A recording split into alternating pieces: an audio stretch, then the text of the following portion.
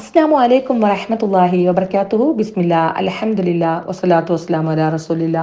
അസ്മാഉല്ലാഹിൽ ഹസ്ന. ഇൻഷാ അല്ലാ ഇന്ന് നമ്മൾ അള്ളാഹുവിൻ്റെ അൽ മുതക്കബ്ബിർ എന്ന തിരുനാമത്തെ സംബന്ധിച്ച് മനസ്സിലാക്കുകയാണ്.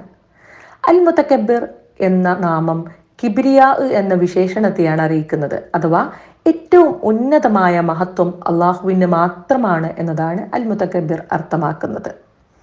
വാനത്തിലും ഭൂമിയിലും അള്ളാഹുവിന് മാത്രമാകുന്നു മഹത്വം. ഭൂമിയിലെ എല്ലാ സ്വേച്ഛാധിപന്മാരും കീഴൊതുങ്ങുന്ന അധിപനാണ് അൽ മുതക്കബ്ബിറായ അള്ളാഹു. അള്ളാഹു പറയുന്നു, വലഹുൽ കിബ്രിയാഉ ഫിസ് സമാവാതി വൽ അർദ്. ആകാശങ്ങളിലും ഭൂമിയിലും അവന് മാത്രമാകുന്നു മഹത്വം. അബൂ ഹുറൈറ റളിയല്ലാഹു അൻഹു നിവേദനം ചെയ്യുന്ന ഒരു തിരുവചനത്തിൽ നമുക്ക് ഇപ്രകാരം കാണാം. അള്ളാഹുവിൻ്റെ റസൂൽ സ്വല്ലല്ലാഹു അലൈഹി വസല്ലമ അരുളിയിരിക്കുന്നു, അള്ളാഹു പറയുകയുണ്ടായി, കിബ്രിയാ അഥവാ അഹങ്കാരം എൻ്റെ രിദാഉം അഥവാ മേൽമുണ്ടും, അളമത്ത് അഥവാ മഹത്വം എൻ്റെ ഇസാറും അഥവാ അരയുടുപ്പുമാകുന്നു. അതുകൊണ്ട് ഇവ രണ്ടിലൊന്നിൽ വല്ലവനും എന്നോട് മത്സരിച്ചാൽ ഞാൻ അവനെ നരകത്തിലെറിയുന്നതാണ്.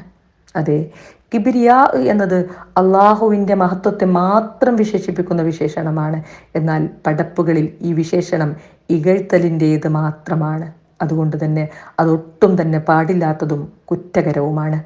അണുമണിത്തൂക്കം അഹങ്കാരം കൽബിലുള്ളവൻ സ്വർഗത്തിൽ പ്രവേശിക്കുകയില്ല എന്നതാണല്ലോ തിരുവചനം. അതെ, അഹങ്കരിക്കുന്നവർ അധമത്വവും നിന്ദ്യതയും ശിക്ഷയും മാത്രമാണ് അർഹിക്കുന്നത്. അഹങ്കാരികൾക്ക് കൊടിയ ശിക്ഷയാണ് പരലോകത്ത് അള്ളാഹു ഒരുക്കി വെച്ചിട്ടുള്ളത്. അള്ളാഹു പറയുന്നു, അലൈസ ഫീ ജഹന്നമ മസ്വൻ ലിൽ മുതകബ്ബിരീൻ. നരകത്തിലല്ലയോ അഹങ്കാരികൾക്കുള്ള വാസസ്ഥലം. വിശുദ്ധ ഖുർആനില് സൂറത്ത് ഹശ്റിലാണ് അള്ളാഹുവിന് അൽ മുതക്കബ്ബിർ എന്ന നാമം വന്നിട്ടുള്ളത് എന്ന് നമുക്ക് കാണാനായിട്ട് സാധിക്കും. തിരുവചനങ്ങളിലും നമുക്കത് കാണാം. അള്ളാഹുവിൻ്റെ റസൂൽ സല്ലല്ലാഹു അലൈഹി വസല്ലം ഒരിക്കൽ മിമ്പറിൽ കയറിക്കൊണ്ട് വസ്സമാവാത്തു മത്വിയാത്തും ബിയമീനി സുബ്ഹാനഹു വതആല അമ്മാ യുശ്രികൂൻ എന്ന ഖുർആൻ വചനം പാരായണം ചെയ്തു. തിരുമേനി സല്ലല്ലാഹു അലൈഹി വസല്ലം പറഞ്ഞു, അള്ളാഹു പറയും, ഞാനാണ് അൽ ജബ്ബാർ, ഞാനാണ് അൽ മുതക്കബ്ബിർ, ഞാനാണ് അൽ മലിക്, ഞാനാണ് അൽ മുതആൽ. അള്ളാഹു സ്വന്തത്തെ പുകഴ്ത്തും. മിമ്പർ തിരുമേനിയെയും കൊണ്ട് വിറകൊള്ളുവോളം അള്ളാഹുവിൻ്റെ റസൂൽ സല്ലല്ലാഹു അലൈഹി വസല്ലമ ഇത് ആവർത്തിച്ചു കൊണ്ടേയിരുന്നു. എത്രത്തോളം എന്നാൽ മിമ്പർ തിരുമേനിയെയും കൊണ്ട് വീഴുമോ എന്ന് ഞങ്ങൾ വിചാരിച്ചു. ഇനി നമ്മൾ അറിയേണ്ടതുണ്ട്, അള്ളാഹു മാത്രമാണ് യഥാർത്ഥ ആരാധ്യനെന്നും അതിനാൽ ഇബാദത്ത് അവന് മാത്രമാക്കിക്കൊണ്ട് അവന് വഴിപ്പെടുകയും ചെയ്യണമെന്നുമുള്ള നബിമാരുടെ ദഅവത്തിന് മുമ്പിലായിരുന്നു പല ജനസമൂഹങ്ങളുടെയും അഹങ്കാരമെന്ന് നമുക്ക് കാണാനായിട്ട് സാധിക്കും.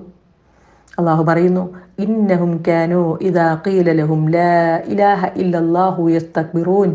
അള്ളാഹു അല്ലാതെ ഒരു ദൈവവുമില്ല എന്ന് അവരോട് പറയപ്പെട്ടാൽ അവർ അഹങ്കാരം നടിക്കുമായിരുന്നു.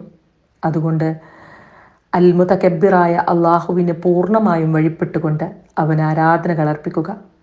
ഇബാദത്ത് ചെയ്യുക എന്നതുകൊണ്ട് ഉദ്ദേശിക്കപ്പെടുന്നത് അള്ളാഹുവിന് മുൻപിൽ വിനയപൂർവ്വം അടിമപ്പെടുക എന്നുള്ളതാണ്. അപ്പോഴാണ് മനുഷ്യത്വം പൂർണ്ണ നന്മ പ്രാപിക്കുന്നത്. അതെ, അടിമത്തവും വിനയവും കീഴ്വണക്കവുമാണ് ദാസനുണ്ടായിത്തീരേണ്ടത്.